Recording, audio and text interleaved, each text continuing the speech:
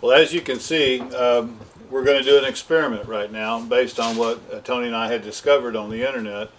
And we did kind of a quasi-test the other day when it got down to 16 degrees down here in Lockhart.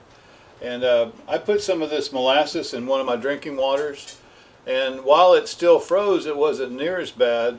And it was easy to break up. And the chickens love drinking it because of the molasses that we're using. Now, what the internet says is to take some of this molasses and add some to your water.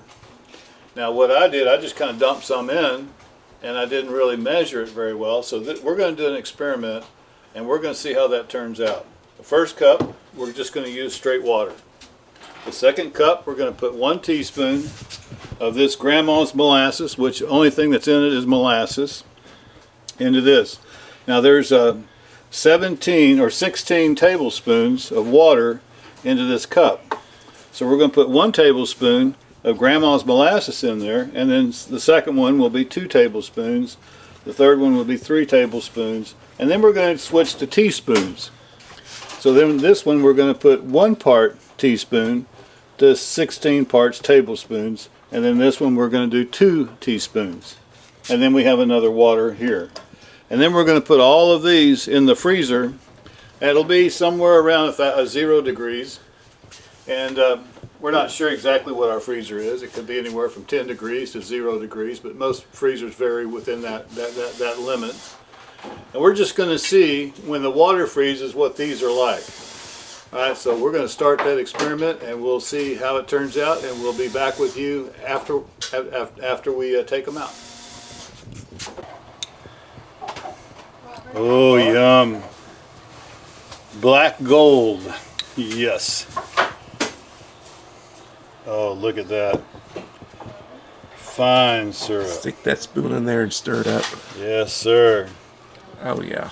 Now, you girls and you guys that like to bake, I know you think I'm wasting some real valuable stuff here. And scientific. This is called the redneck experiment. And I know anyone that's watching this video is probably a redneck just like I am, which is a noble thing to be, actually, because it means that you can support yourself, you can take care of yourself, and you don't mind experiments like this. This next one will be 2. Oh, yes.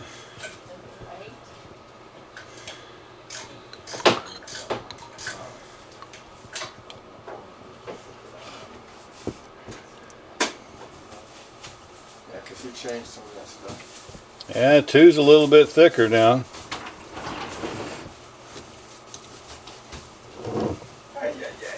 You're going to find out which chicken has a sweet tooth and which ones don't. And actually warming up the water might make this a little faster. Yeah, warming it up. Yeah, put it in the microwave. And yeah, so we'll probably stick that. That's a good idea, Tony. We'll probably put this in the microwave and warm it up so it'll mix a little better. Well, yeah, we just need to make sure they're all room temperature when we start, though. And you'll notice the color difference. One's brown, one's a little bit darker brown, and I bet this one turns out almost black.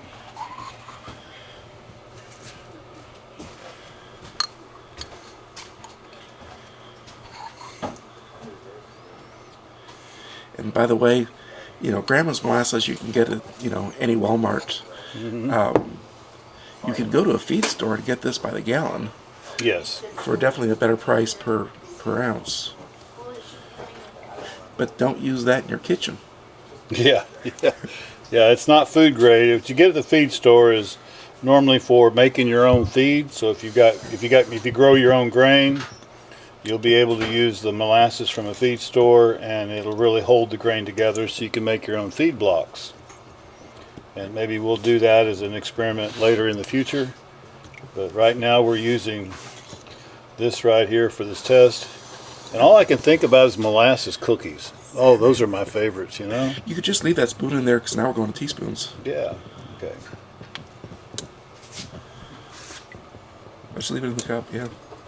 So now we're going to go 1 teaspoon to 17 tablespoons of water.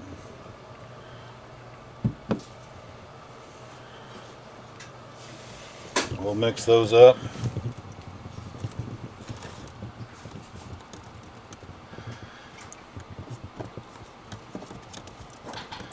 Who knows, when we're done, we may do a taste test. You know, I do love molasses cookies, and if this water tastes anything like the cookies, I may have just discovered a brand new coffee drink. Molasses coffee. Well, we're in That Texas. actually sounds pretty good, doesn't it? We're in Texas. We're With molasses iced tea. Molasses iced tea. There you go. Yeah. Okay, that was one. I thought that was 2. Oh wait, No, that was 2 one. is the same as a tablespoon. So math-wise, I think we. Now 3 of these for a tablespoon. Oh, you're right. Three teaspoons to the tablespoon. Yes. All right. Okay, so now we're all mixed up, and we're ready to go into the freezer. Yep. We're gonna make sure everything is mixed up well, and we're gonna look at this at maybe half an hour time frame. Yep. Give it a few hours. Multiple checks, see how it all does. We'll keep watching the water and see when the water actually does freeze, and then we'll be checking each one of these as the water gets more and more hard. Okay? Thank you. All right, we emptied out the freezer just for this experiment. You can see I've got a water at the far right, as well as kind of in the middle there, just to kind of see if we have any temperature variations. But here's the whole thing. You can see it's in the middle setting back there. Okay, 30 minutes, and even the waters show no sign of ice yet. So we're going to wait till an hour. Alright, we're at the 1 hour mark. And the water has started icing over. You can see that bubble. Both waters have iced over. Now let's see. The teaspoon. Okay, so the 1 teaspoon is slightly iced over, but not completely. 2 teaspoons is icing at the edge, but not over the top. So it's making a difference. And if we go for the tablespoons, 1 tablespoon's a tiny bit of ice. I'm going to skip right to the 3 tablespoons, and there's no ice at all. So it's definitely showing a difference. And I'm going to show you what the thermal camera shows on these as well. Let me explain the FLIR thermal camera. In the very center of the bullseye, that temperature is displayed in the top left corner. So the back of the refrigerator is minus 15 degrees Fahrenheit. On the right side, you see a temperature gradient with the dark blue at the bottom and the white at the top. That shows the range of colors of temperatures in this picture. At the high end, 22 degrees. At the low end, minus 16 degrees. In this picture, you see the cups down kind of across the bottom area, and they're probably in the, maybe 15 degrees, 10 to 15 degrees range. So this first picture shows you the whole inside of the freezer. It's putting out with a fan in back the coldest area. And then I've got pictures of several of the cups. Most of the cups are in the 20 to 22 degree temperature range as looked from above. I had that little grid, which I probably should have removed so you see those lines. But otherwise, you see the temperature of the water or molasses in these pictures. And they were all about the same temperature. Okay, we're at about an hour and a half. And the waters are pretty solid on top, frozen, both of them. The 1 teaspoon it's still a little soft, but it's getting frozen across the top. 2 teaspoons, it's also kind of slushy. It's more slushy, not really frozen solid.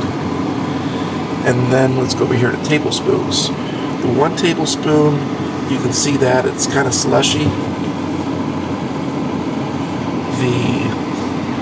I gotta rearrange these so I can reach them all. 2 tablespoons, again, you can see it kind of moves, but it's getting there. And the 3 tablespoons, that's still relatively fluidy. And let me show you, this is our thermal camera. So you can see like the reading on there, maybe. It's showing about 6 degrees at the back of the freezer, 2 degrees. And the top of these liquids is 19 degrees, 18 degrees, somewhere in that range. This is the 3 tablespoons. Actually, the 3 tablespoons, it's showing down to 10 degrees. I'd expect these to be pretty uniform, but you can see the various, they all seem to be, for the most part, in the teen range. Maybe I missed that. Hang on, that's what happened. Yeah, no, that's 18. Okay, so we're down in the teen range, and that shows you at an hour and a half. Alright, it's been 2 hours. What do we have?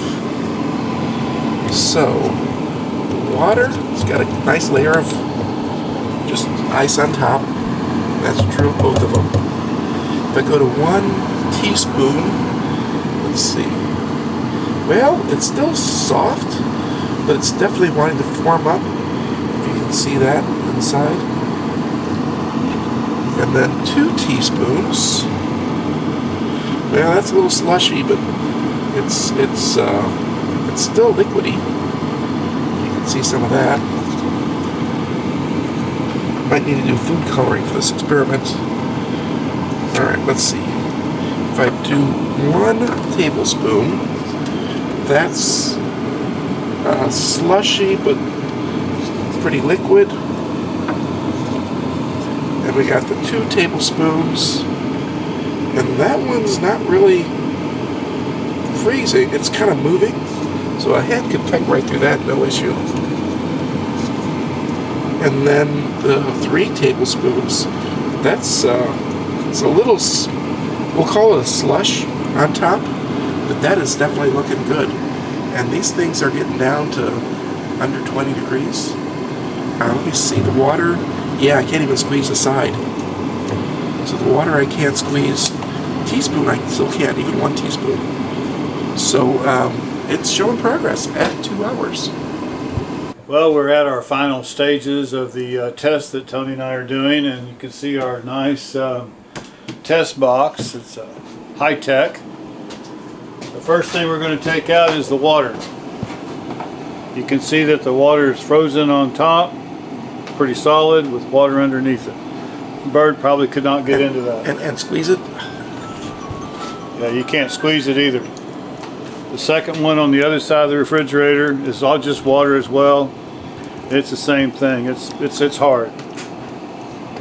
First one we're going to take out is the 1 teaspoon. That's the least. And it froze on top. And it's about 8 degrees. It's about 8 degrees. It's still squishy. You can still squish it up, but it's frozen on top. It would be hard for a bird to get a drink out of that, even though they could. Here's one with 2 teaspoons, and it's a little bit better. You can put your finger in it now, and a chicken would take his beak and peck into it, and he could probably get something to drink out of that. And that was only 2 teaspoons. How's the squeeze? Squeeze is the same. It's a little easier to squeeze, a little squishier. That's our high-tech approach. That's our high-tech approach. I'm going to go to the 1 tablespoon now. Again, it's frozen on top. It's about similar as the two teaspoons. There's not much difference. It's about the same.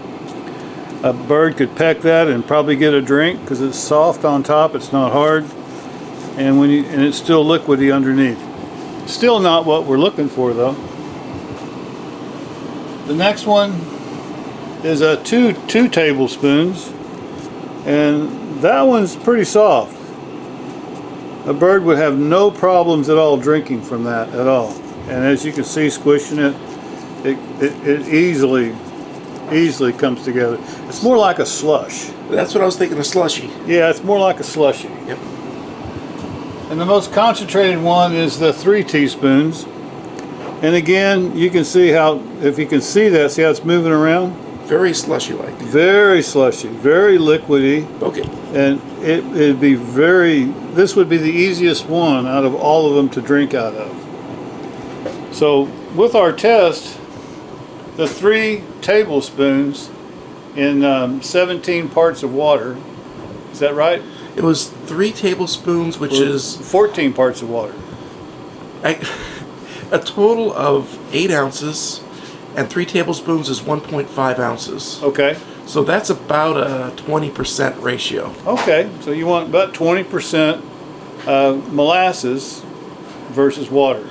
And this would actually work. What temperature was this? Was it 10 degrees? And you'll see the pictures. The thermal camera said it was 8 degrees on top. 8 degrees.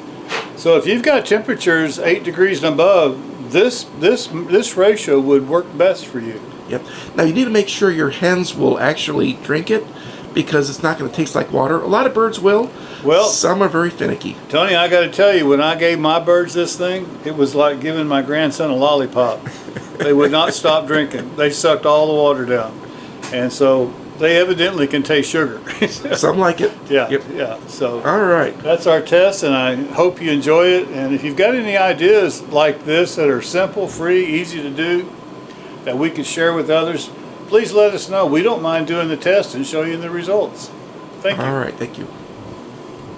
Okay, now we're back at our high-tech environmental thermal chamber here, normally known as the Frigidaire refrigerator freezer. And this is our final test. We're 5 hours into this test now, and we're just going to call it the final test. If you'll notice that just the plain water is so frozen now, the bottom's bowled out. So it's about as frozen as it's going to get, nice and hard.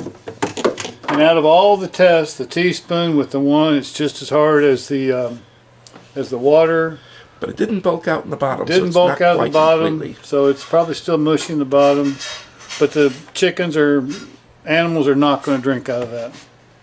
The teaspoon that's got 2 in it, that's still icy. They probably couldn't drink out of that one either. The one that's got getting into the tablespoons, the one with 1 tablespoon, it's still, you can see how it's not frozen down here, but on the top where they would drink, it's still too frozen. Now we get to the one with 2 tablespoons, and it's still got a little bit of water in it. They could, if they were thirsty enough, they could survive on that one. 2 shots of tequila. 2 shots of tequila, molasses. yeah, or molasses, or don't get your chickens drunk. Definitely be their favorite drink with all the sugar in it. And then the one with the 3 tablespoons, as you can see, look at that. It's slushy. It's like, you know, I like strawberry slushes. I don't know about you, but molasses slush would be pretty good too. I think it's all sugar. They could easily still get liquid from this right here, and get all the liquid nutrients they would need in 6-degree frozen tundra. That's the tundra as far as Texas is concerned. So this is the completion of our test. And I'd like to add one thing to this. You can put almost anything in water and it'll probably lower the freezing temperature. And a lot of you are thinking about salt. Do not, I repeat, do not feed your chickens or any animal salt water. It will kill them, and it'll be a slow, painful death. So, but the molasses, it'd be like a real treat to them. And this is 16 parts water and 3 parts molasses. So stick with that, and you'll be safe. Okay. Now, once you get below 6, you're on your own. Okay. And you can get your molasses. This is Tony on the other side of the camera. You can get molasses from the grocery store, and I think we talked about that before. Yes, you can get it at Grandma's Molasses at the grocery store or Walmart, but you can get it probably a little bit cheaper in larger quantities at any local feed store. Just make sure you get the pure molasses. Don't get something that's got a lot of stuff added to it. That'll change the whole equation. But just get pure molasses. It's not very expensive. And just a little jar of it if you're feeding or you're watering your birds with something this small will last you probably most of the winter. So I hope you enjoyed this video. I hope you got something out of it. And I can't wait for warmer weather, to be honest with you, so we can talk about short sleeve shirts and things like that. And one more thing I'll add, mixing it up took a while. So like a paint mixer on a cordless drill, if you're doing this a bunch, that might not be a bad investment. Might not be a bad investment. Just throwing the idea out there. But no cost to you. This is just a free advice, and you kind of get what you pay for. But this does work, and can't wait till the next one. Thank you. So the question is, what does it taste like? And you know, you want to try what your critters are getting into. So here we go. This is the 3 tablespoons. So this is the one that's still a slushy.